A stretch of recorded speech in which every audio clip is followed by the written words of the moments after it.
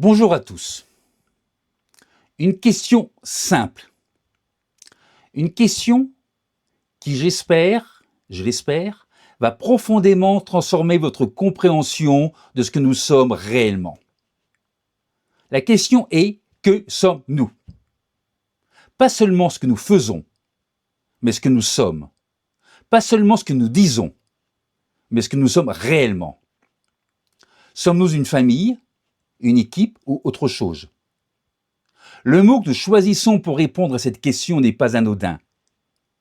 Selon ce mot, nous ne vivrons pas notre foi de la même manière. Si vous vous considérez comme une famille, vous chercherez avant tout à être aimé. Si vous pensez faire partie d'une équipe, vous chercherez avant tout à être efficace. Mais dans un cas comme dans l'autre, vous passez à côté de ce que Dieu révèle réellement. Le mot famille ne suffit pas. La Bible ne dit pas directement « vous êtes une famille ». Elle emploie pourtant un langage très fort. Dieu est notre Père, nous sommes ses enfants, nous sommes frères et sœurs. En Éphésiens 2, verset 19, Paul ne parle pas de la famille de Dieu, mais des gens de la maison de Dieu. Éphésiens 2, verset 19, lisons. Ainsi donc, vous n'êtes plus des étrangers, ni des gens du dehors, mais vous êtes concitoyens des saints, gens de la maison de Dieu. Et en Romains 8, verset 29, Christ est présenté comme notre frère aîné, sans que le mot famille soit employé. Romains 8, verset 29. Car ceux qu'il a connus d'avance, il les a aussi prédestinés à être semblables à l'image de son Fils, afin que son Fils fût le premier-né entre plusieurs frères. Et en Matthieu 12, verset 50, Jésus définit lui-même l'appartenance à sa famille, sans jamais prononcer le mot famille. Matthieu 12, verset 50, lisons. Car quiconque fait la volonté de mon Père qui est dans les cieux, celui-là est mon frère et ma sœur et ma mère. La Bible parle de la maison de Dieu. La Bible parle d'enfants de Dieu. Elle parle de frères et sœurs. Mais elle n'utilise jamais l'expression famille de Dieu comme modèle central pour décrire l'Église. Et ce n'est pas un hasard. Le mot famille est un mot trop restrictif. Une famille peut exister sans fonctionner, sans mission et sans transformation. Si nous nous arrêtons au mot famille pour définir ce qu'on est, on se trompe. Nous nous trompons, vous vous trompez. Une famille peut exister sans fonctionner, sans mission et sans transformation. En 1 Corinthiens 3, verset 3, Paul s'adresse à une communauté de croyants qui, malgré leur appartenance commune, une communauté qui ne vit pas dans l'unité. 1 Corinthiens 3, verset 3, nous lisons « Parce que vous êtes encore charnels. En effet, puisqu'il y a parmi vous de la jalousie et des disputes, n'êtes-vous pas charnels et ne marchez-vous pas selon l'homme ?» Dans ce verset, dans le verset que nous venons de lire, il est question d'une communauté de croyants. Mais une communauté de croyants qui ne fonctionne pas comme un ensemble harmonieux. Cela nous montre qu'on peut être ensemble, on peut se dire famille, sans être réellement en unité les uns avec les autres. Une famille peut exister. Une famille peut exister sans mission. Une famille peut vivre repliée sur elle-même. Une famille peut partager des activités, se sentir bien ensemble et ne porter aucune vision, aucune direction. Ce genre de famille ne porte rien. Ce genre de famille ne répond pas à une direction claire que Christ nous donne. Lisons dans la Bible, au versets 19 et 20 de Matthieu 28, l'instruction claire et précise que Christ nous donne. Matthieu 28, verset 19, lisons. Allez, faites de toutes les nations des disciples, les baptisons au nom du Père, du Fils et du Saint-Esprit. Et verset 20, et enseignez-leur, observez tout ce que je vous ai prescrit, et voici, je suis avec vous tous les jours, jusqu'à la fin du monde. Une communauté qui n'accomplit pas cette mission existe. mais c'est une communauté qui stagne. Une famille peut exister sans transformation. C'est peut-être le point le plus important, c'est peut-être le point le plus redoutable. Une famille peut exister sans transformation. On peut croire appartenir à la famille de Dieu sans jamais changer. On peut s'illusionner en croyant faire partie de la famille de Dieu, alors que Dieu ne nous considère pas comme membre de sa famille. On peut être proche, engagé, actif, sans être réellement reconnu par Christ. C'est ce que nous pouvons lire au verset 23 de Matthieu 7. Matthieu 7, on va prendre au verset 22. « Plusieurs me diront en ce jour-là, Seigneur, Seigneur, n'avons-nous pas prophétisé par ton nom? N'avons-nous pas chassé des démons par ton nom? Et n'avons-nous pas fait beaucoup de miracles par ton nom? Alors je leur dirai ouvertement, je ne vous ai jamais connus. Retirez-vous de moi, vous qui commettez l'iniquité. » Ces deux versets, versets 22 et 23 de Matthieu 7, ces deux versets que nous venons de lire révèlent quelque chose de très puissant. Les personnes dont il est question dans ces versets parlent de Dieu, agissent au nom de Christ. Elles sont impliquées. Et pourtant, Christ dit, « Je ne vous ai jamais connus. » Cela nous montre qu'on peut appartenir en apparence à la famille de Dieu sans relation véritable avec l'être suprême. Et c'est pour cela que la Bible n'utilise pas explicitement le mot famille pour nous décrire.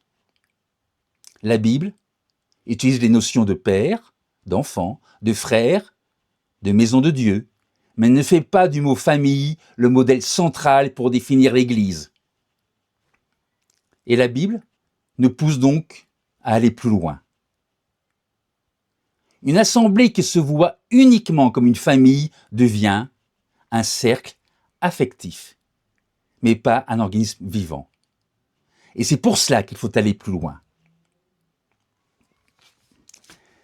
Si le mot famille ne suffit pas, pourrait-on le remplacer par le mot équipe?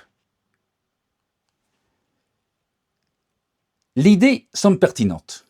Une équipe avance ensemble, poursuit un objectif commun, s'organise et agit. Et à bien des égards, cela correspond à ce que nous vivons. Nous avons une mission, nous servons, nous construisons quelque chose ensemble. Mais une équipe a ses propres limites, et elles sont sérieuses. Le mot équipe est encore plus limité que le mot famille. Dans une équipe, la place de chacun dépend de son utilité. On est là parce qu'on apporte quelque chose, parce qu'on produit. Le jour où l'on ne produit plus, où l'on ne répond plus aux attentes, on est remplacé, oublié, mis de côté. Dans une équipe, on existe tant qu'on est utile. Et le jour où on ne l'est plus, on ne vous connaît plus. C'est une logique profondément contraire à celle de Dieu. Remarquons d'ailleurs que le mot équipe est totalement absent du langage biblique. Certes, le concept de service commun existe. Les disciples sont envoyés, ils sont envoyés ensemble, ils agissent ensemble. Mais la Bible ne décrit jamais l'Église comme une équipe au sens moderne du terme. Et il y a une raison à cela. Une équipe peut fonctionner sans aimer réellement. Une équipe peut être performante et rester profondément impersonnelle. Or, Dieu ne construit pas quelque chose d'impersonnel. L'amour, selon Dieu, la charité, n'est jamais conditionnelle. Lisons cela dans 1 Corinthiens, chapitre 13. 1 Corinthiens, chapitre 13, versets 4 à 7. On va prendre au verset 4. La charité est patiente. Elle est pleine de bonté. La charité n'est point envieuse. La charité ne se vante point. Elle ne s'enfle point d'orgueil. Elle ne fait rien de malhonnête. Elle ne cherche point son intérêt. Elle ne s'irrite point. Elle ne soupçonne point le mal. Elle ne se réjouit point de la justice, mais elle se réjouit de la vérité. Elle excuse tout, elle croit tout, elle espère tout, elle supporte tout. Ce que nous venons de lire, ce n'est pas la logique d'une équipe.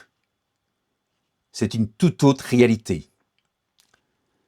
Aujourd'hui, le mot équipe tend à remplacer le mot famille, jusque dans les familles elles-mêmes, qui fonctionnent parfois selon une logique de performance et d'utilité.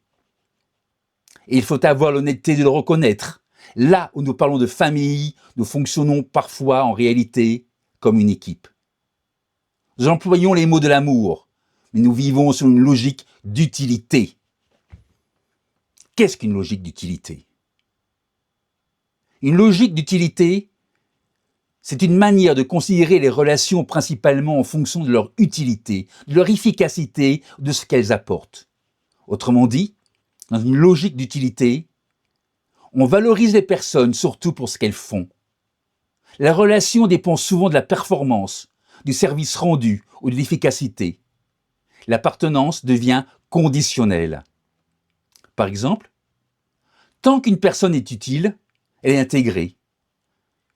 Lorsqu'elle devient moins productive, elle peut être mise à distance. C'est l'opposé d'une logique fondée sur l'amour, d'une logique fondée sur la grâce ou l'appartenance inconditionnelle.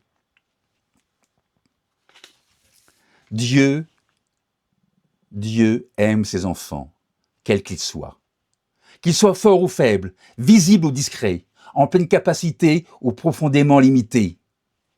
Son amour ne varie pas. Reportons-nous au psaume 103. Psaume 103, versets 13 et 14. Nous lisons : « Comme un père a compassion de ses enfants, l'Éternel a compassion de ceux qui le craignent. Car il sait de quoi nous sommes formés. Il se souvient que nous sommes poussière. » Dieu, quand nous lisons ces versets, nous comprenons que Dieu connaît nos limites. Et cela ne diminue en rien son amour. Il en est tout autrement dans une équipe. Quand un membre d'une équipe devient faible, on s'en débarrasse, on le jette et on le remplace par quelqu'un d'autre. Alors que dans la logique de Dieu, même les membres les plus faibles sont nécessaires. C'est ce que nous lisons en 1 Corinthiens, chapitre 12, au verset 22. Mais bien plutôt, les membres du corps qui paraissent être les plus faibles sont nécessaires. Ce qui est faible aux yeux des hommes est précieux aux yeux de Dieu. Tant dans une famille humaine que dans une équipe, on peut parfois valoriser les plus forts. Mais avec Dieu, personne n'est inutile, personne n'est de trop, personne n'est aimé moins. Dieu n'aime pas ses enfants pour ce qu'ils font, mais pour ce qu'ils sont. Voilà ce qui distingue profondément une équipe, basée sur l'utilité, une réalité spirituelle basée sur la valeur. L'amour biblique n'est jamais conditionnel. L'amour biblique ne dit pas « je t'aime si tu es utile », mais l'amour biblique dit « je t'aime parce que tu es à moi ». C'est exactement l'opposé de la logique d'équipe moderne.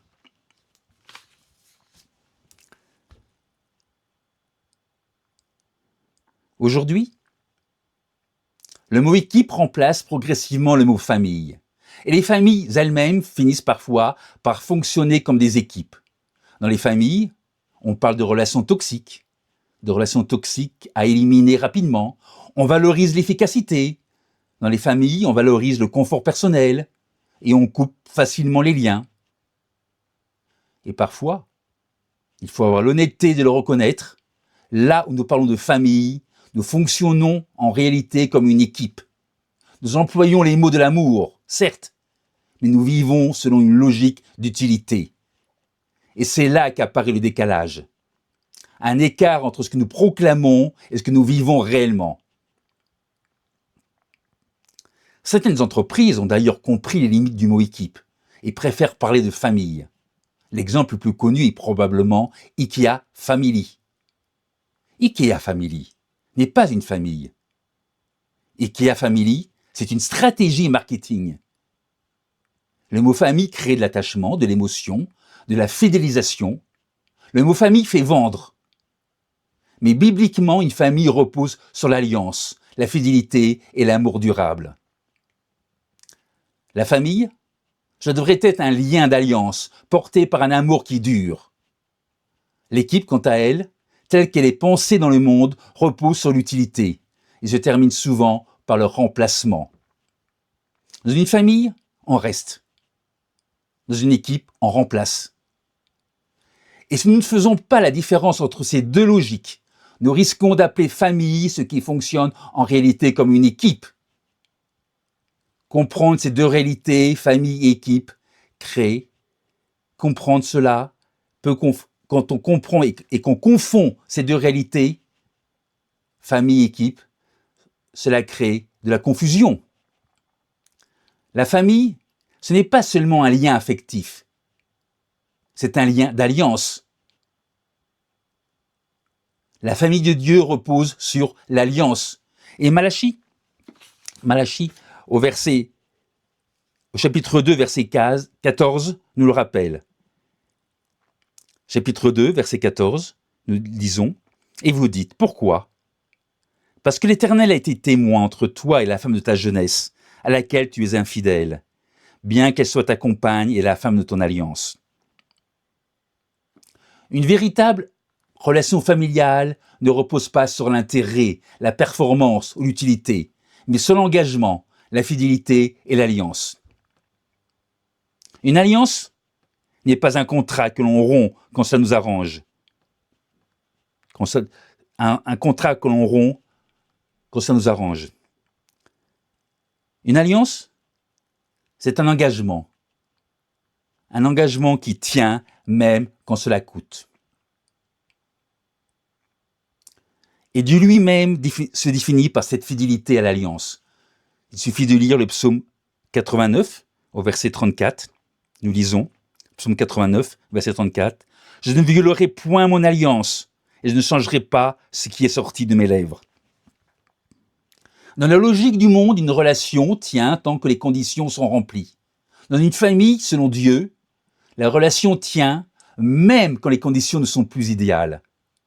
Là où le contrat s'arrête, l'alliance demeure. Une famille, selon Dieu, c'est un lien qui ne se rompt pas au premier échec. C'est un engagement qui traverse les épreuves. C'est une fidélité qui ne dépend pas des performances.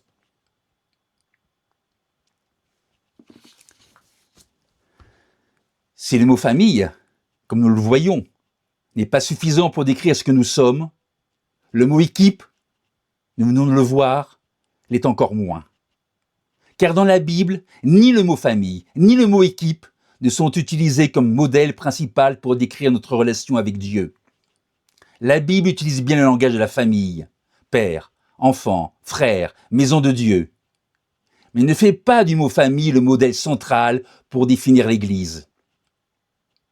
De même, la Bible ne décrit jamais l'Église comme une équipe au sens moderne du terme. La Bible utilise un autre mot. Un mot qui nous emmène beaucoup plus loin. Un mot qui nous fait passer d'un simple concept à une réalité vivante. Connaissez-vous ce mot ? Avez-vous une idée de quel mot il s'agit ? C'est un mot que l'on retrouve tout au long de l'Écriture. Et ce mot change tout. Dieu utilise l'image de la famille, mais il nous révèle surtout comme un corps. Ce que nous sommes vraiment, un corps. Ni le mot famille, ni le mot équipe ne peuvent exprimer pleinement ce que Dieu est en train de construire. La Bible nous conduit ailleurs. Elle nous parle d'un corps.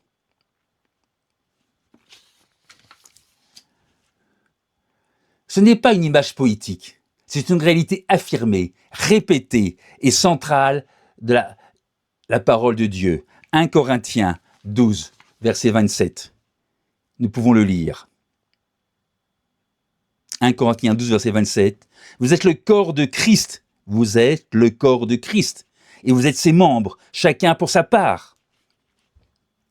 Nous ne sommes pas simplement liés par des liens familiaux ou des liens d'équipe. Nous sommes un corps. On peut se reporter de nombreux passages bibliques où il est clairement question du corps. Car si la Bible utilise parfois des images comme la famille, elle n'utilise en revanche jamais le mot équipe. Elle ne fait pas de la famille le modèle central. En revanche, Le mot corps revient de manière constante, de manière répétée et de manière structurante. Nous avons lu 1 Corinthiens 12, verset 27, où il est dit « Vous êtes le corps du Christ ». On peut également se reporter à Romains 12, verset 5. Romains 12, verset 5. Ainsi, nous qui sommes plusieurs, nous formons un seul corps en Christ. Nous sommes tous membres les uns des autres. Reportons-nous également à Éphésiens 4. Éphésiens 4, verset 4. Il y a un seul corps et un seul esprit, comme aussi vous avez été appelés à une seule espérance par votre vocation. Le mot corps dans la Bible n'est pas utilisé une fois par hasard. Il revient de manière constante, répétée et structurante. C'est le modèle central que Dieu choisit pour décrire son Église. Le mot corps, que la Bible utilise pour nous définir, pour nous décrire, pour dire ce que nous sommes, n'est pas une image isolée. Ce n'est pas non plus une comparaison ponctuelle. C'est une réalité centrale de la parole de Dieu. La Bible ne décrit pas, elle ne décrit pas la Bible comme une famille ou une équipe. Elle nous révèle comme un corps. Le langage du monde parle d'équipe. Le langage de Dieu parle de corps. Dans le corps de Christ, chacun a une fonction. Personne n'est rejeté et les plus faibles sont honorés. Dieu connaît nos limites et cela ne diminue en rien son amour. En conclusion, quand une famille devient une équipe, elle se fragilise. Parce que l'amour laisse place à l'utilité. Parce que le lien devient conditionnel. Quand une équipe prétend être une famille, elle trompe. Parce qu'elle utilise le langage de l'amour, sans en vivre la réalité. Mais quand une communauté vit comme un corps, ce qu'on est selon Dieu, tout change. Car dans un corps, on ne choisit pas les membres, on ne remplace pas les plus faibles, on ne rejette pas ce qui paraît fragile. Et la Bible dit clairement, les membres du corps qui paraissent les plus faibles sont nécessaires. Je vous l'ai lu, c'est ce que je vous ai lu précédemment. Je vous redonne la référence, c'est 1 Corinthiens 12, verset 22. Dans le monde, la valeur dépend de l'utilité. Mais dans le corps de Christ, la valeur est donnée par Dieu et chaque membre est indispensable. Dans une famille, on peut être aimé sans agir. Dans une équipe, on peut agir sans aimer. Mais dans un corps, on aime, on agit et on vit ensemble. Quand nous vivons comme un corps, l'amour remplace l'utilité, la relation remplace la performance et la vie remplace l'organisation. Le corps du Christ, son Église, sa véritable Église, n'est pas seulement une famille, elle n'est pas non plus une équipe, elle est le corps de Christ. Et un corps ne vit que si la vie circule. Reliés à Christ, reliés les uns aux autres, nous grandissons, nous nous fortifions et nous vivons.